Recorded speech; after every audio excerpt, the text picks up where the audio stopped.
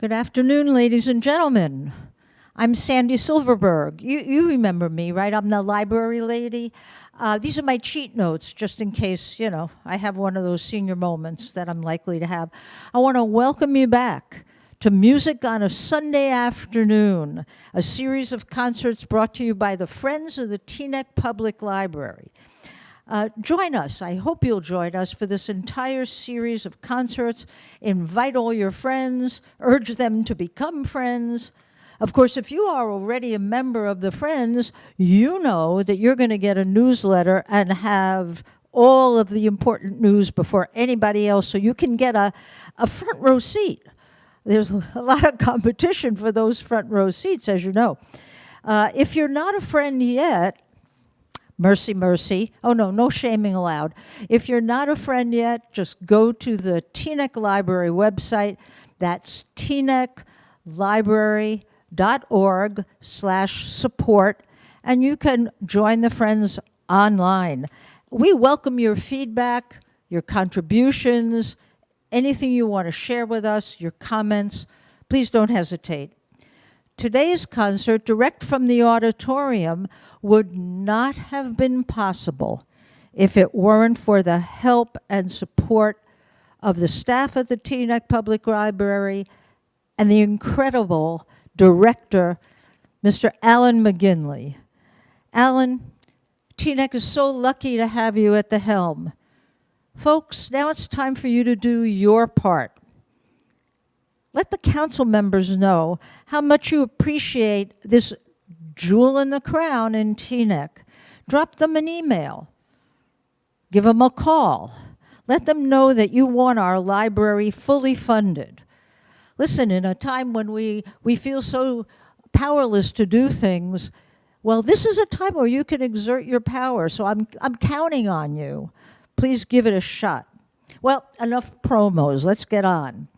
Folks, we hope that this music today can bring some light and I know some joy into your hearts. We all know how difficult it's been these times for everybody in all of the various communities we belong to. Can we take a brief moment to give thanks to those who serve and remember those whom we have lost?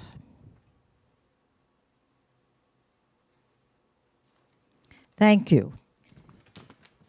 For this terrific kickoff gala beginning to our series, we are so pleased, honored, and privileged to welcome back to our stage the incomparable Misuzu Tanaka and clarinet virtuoso Maksim Shtrykov.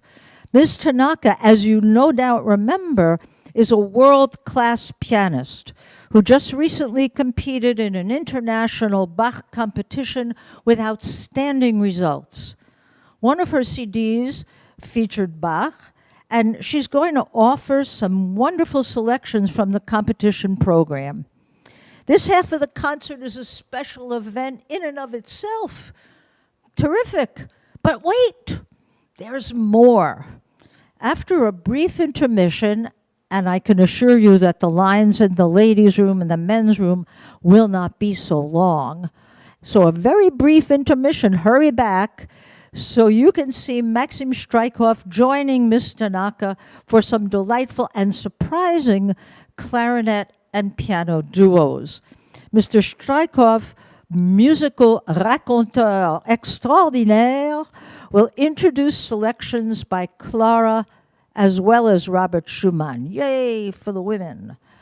We all remember how charming Mr. Shtrykov is, but down, ladies, he is no longer available.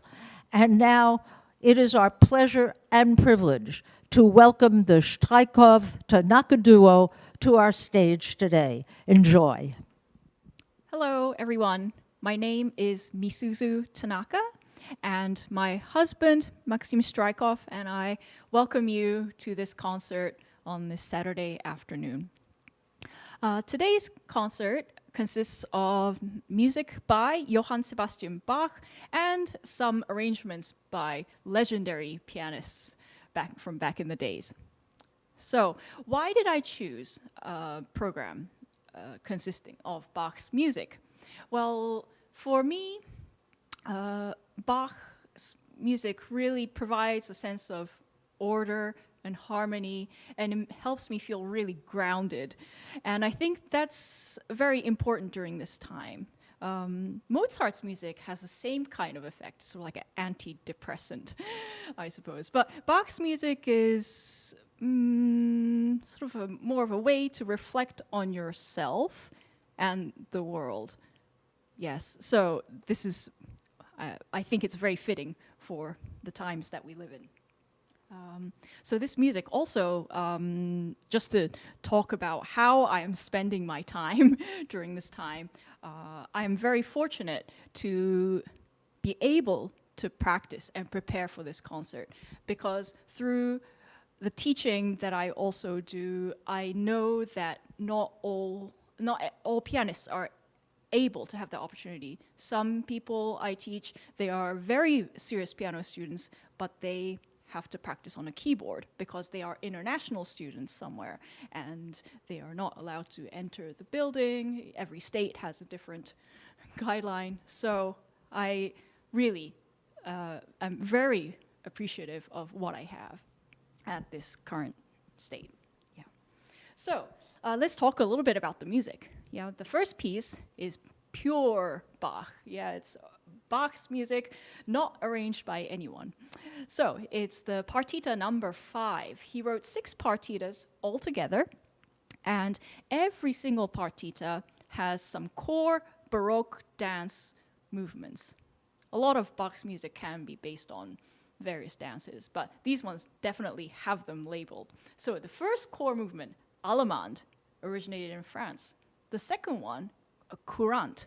If we think about the word, it's like a word like courier or cursor, so it has a very fast virtuosic element to it. And the third core movement is a sarabande, which originated in the late 1500s in Spain. And it used to be a very wild dance, to the point that it was actually forbidden to dance it. But over the years, and as it became more and more well-known throughout different countries in Western Europe, it sort of became more tame. And the last core movement is a jig. And that, as you might have guessed, originated in Ireland, because we all know what an Irish jig is. So with these 4 core movements, Bach also had to intersperse some other movements that showcase various aspects of Baroque keyboard playing. Sometimes he'll throw in something virtuosic, where there'll be hand crossings or running up and down the keyboard with scales. So I hope you enjoy this wonderful, uplifting piece of music.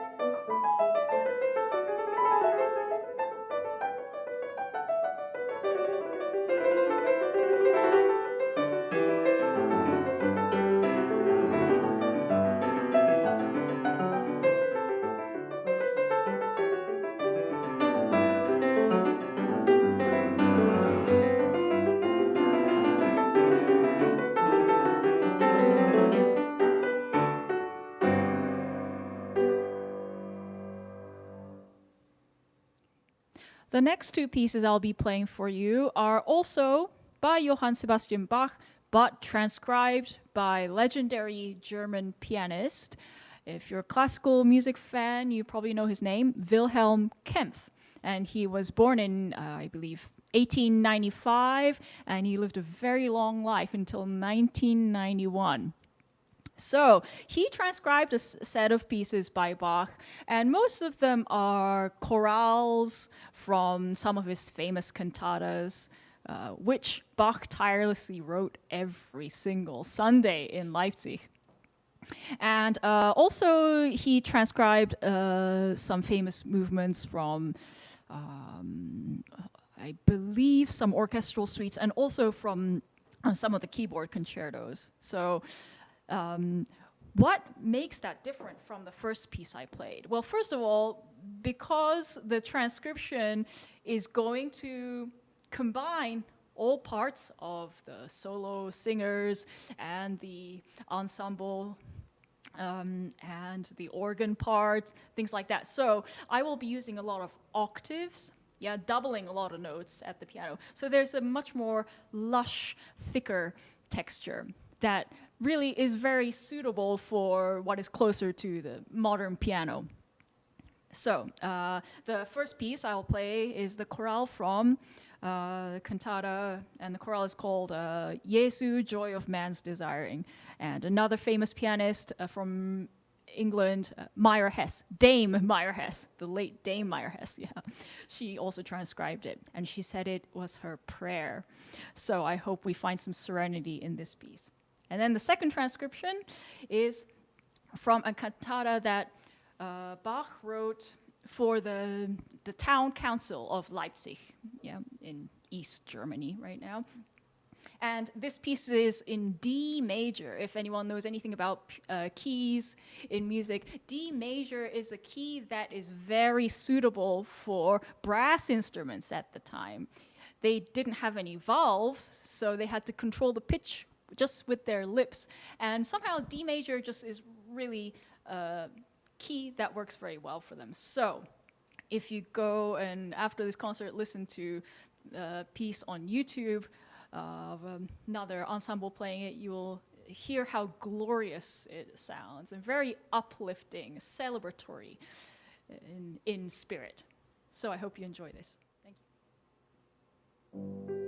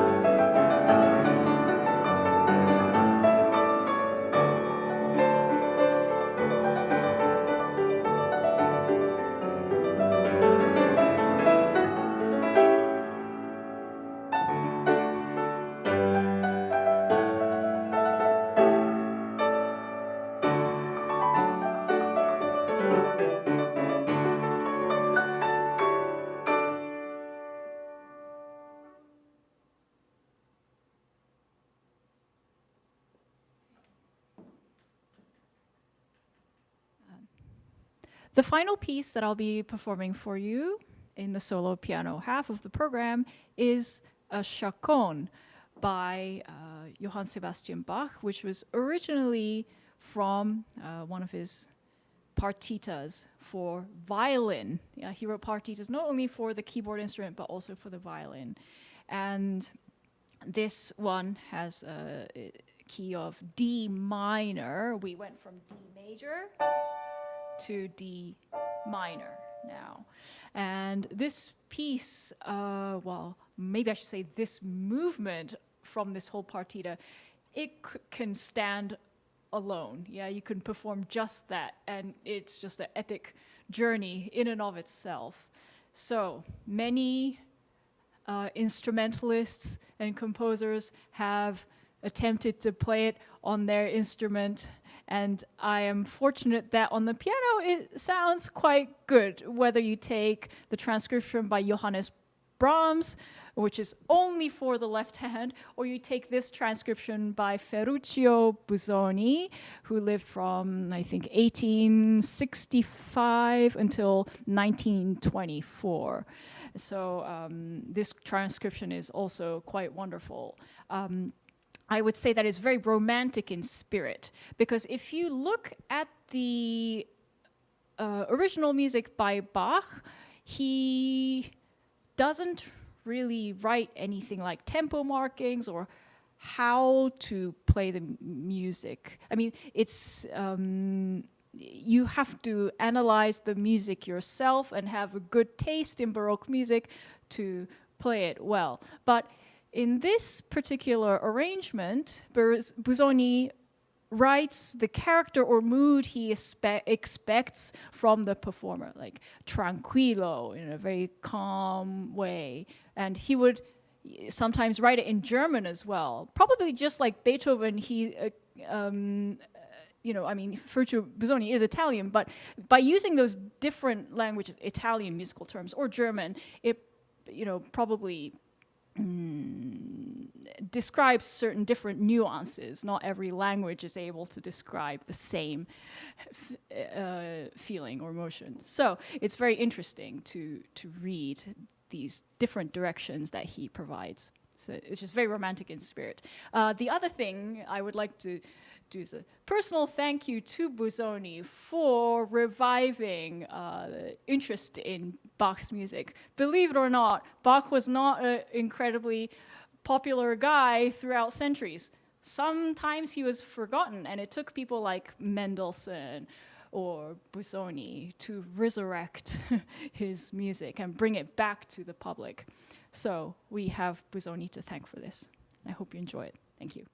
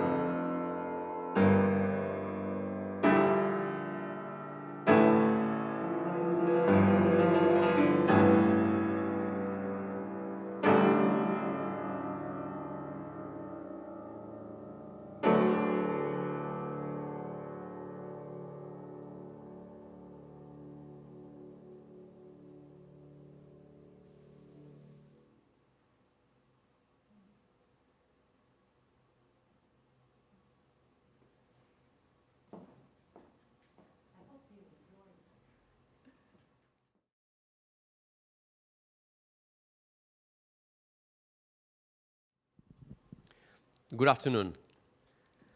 For the second part of our concert, we are turning to music of Clara, Schumann, and Robert Schumann.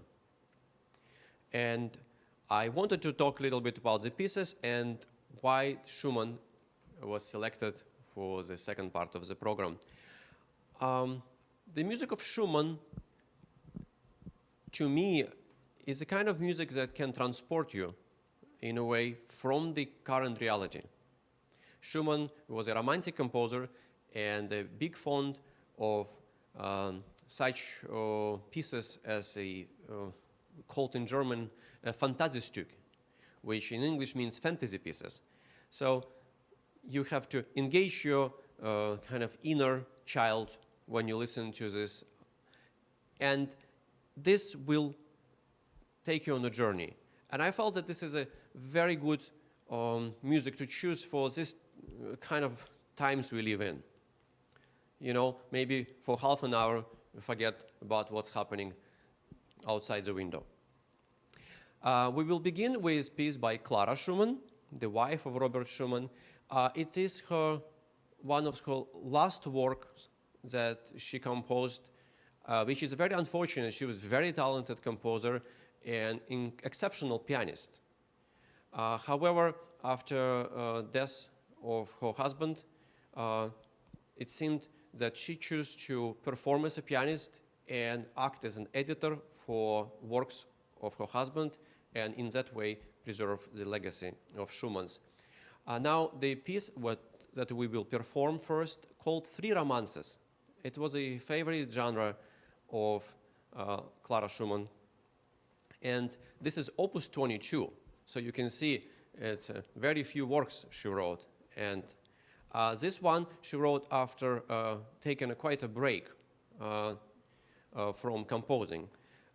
It's written in 1853, a year before Robert was admitted to a hospital, and soon after Robert passed away. The music is very light in the mood, and nothing foreshadowing what's going to happen later. So what else to say? Probably the most important part I have to say is that the music is actually originally written for a violin and a piano. And I will perform it on the clarinet. And I have to say that the instrument I'm playing, some of you might be curious, you will see that the clarinet is not black, as it's usually. It's not made of black wood. However, it's made of boxwood, which was the instrument, the wood that clarinets were made 300 years ago, in a time of Mozart, Beethoven, and all the way up to 20th century when the big switch to black wood happened. The reason I'm saying it is because the boxwood, the way it has the properties, the sound qualities, is very close to a human voice, and also quite capable of the same range of colors as a violin. So when I was making this arrangement, I felt that on a boxwood, it's not losing, but maybe even acquiring new colors, and I felt that it sounds very good, and I hope you will enjoy it too.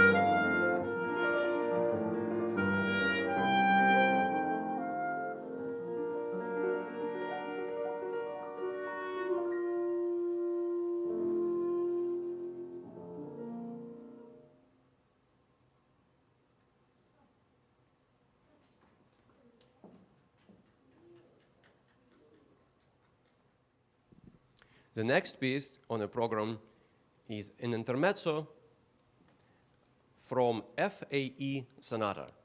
And it requires a little bit of introduction, even though I'm not going to play the whole sonata, but the story is quite interesting. This is a piece by Robert Schumann. And it's a part of larger work in 4 movements called Sonata FAE. And what FAE stands for is actually a motto of a German violinist and a friend of Schumann and Brahms. His name was Joseph Joachim. And the motto is Frei, aber einsam. Free but lonely. Very romantic in the mood. And so the sonata from which I'm going to play, the intermezzo, the second movement, was a gift to Joseph Joachim, and it was an idea conceived by Robert Schumann. And probably this is such a unique work, and I don't know another one in a classical literature that would require 3 composers to collaborate, because the first movement of the piece was written by student of Schumann, Albert Dietrich. The second movement was written by Robert Schumann. The third movement was written by Johannes Brahms, and it's in the form of scherzo. And Brahms was very young at that time, and Schumann's just met with Brahms. And he impressed Schumann's, and most recent work that he wrote was actually a scherzo, so Schumann felt that Brahms should write a scherzo. That's a form in which he is really good. And the last movement, finale, was written by Schumann. And this sonata was premiered, side read by Joseph Joachim, and he had to guess what composer wrote which movement. And of course, he did it right away from the first go. So I will play the intermezzo, and the last thing I have to say that FAE, this cryptogram, is featured as 3 notes in each movement of the piece, and in intermezzo you will hear first in a piano part, and immediately the clarinet will answer with those 3 notes. And again, the piece was originally written for a violin, but sounds beautifully on the clarinet. I hope you will enjoy it.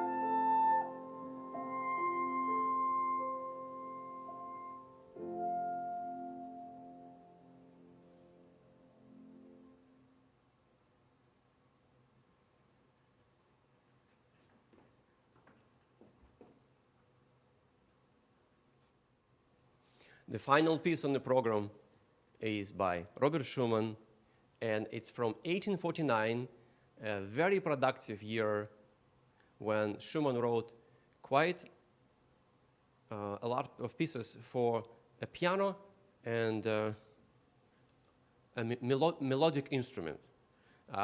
So you would have pieces for clarinet and piano, oboe and piano, and this particular called Adagio and Allegro.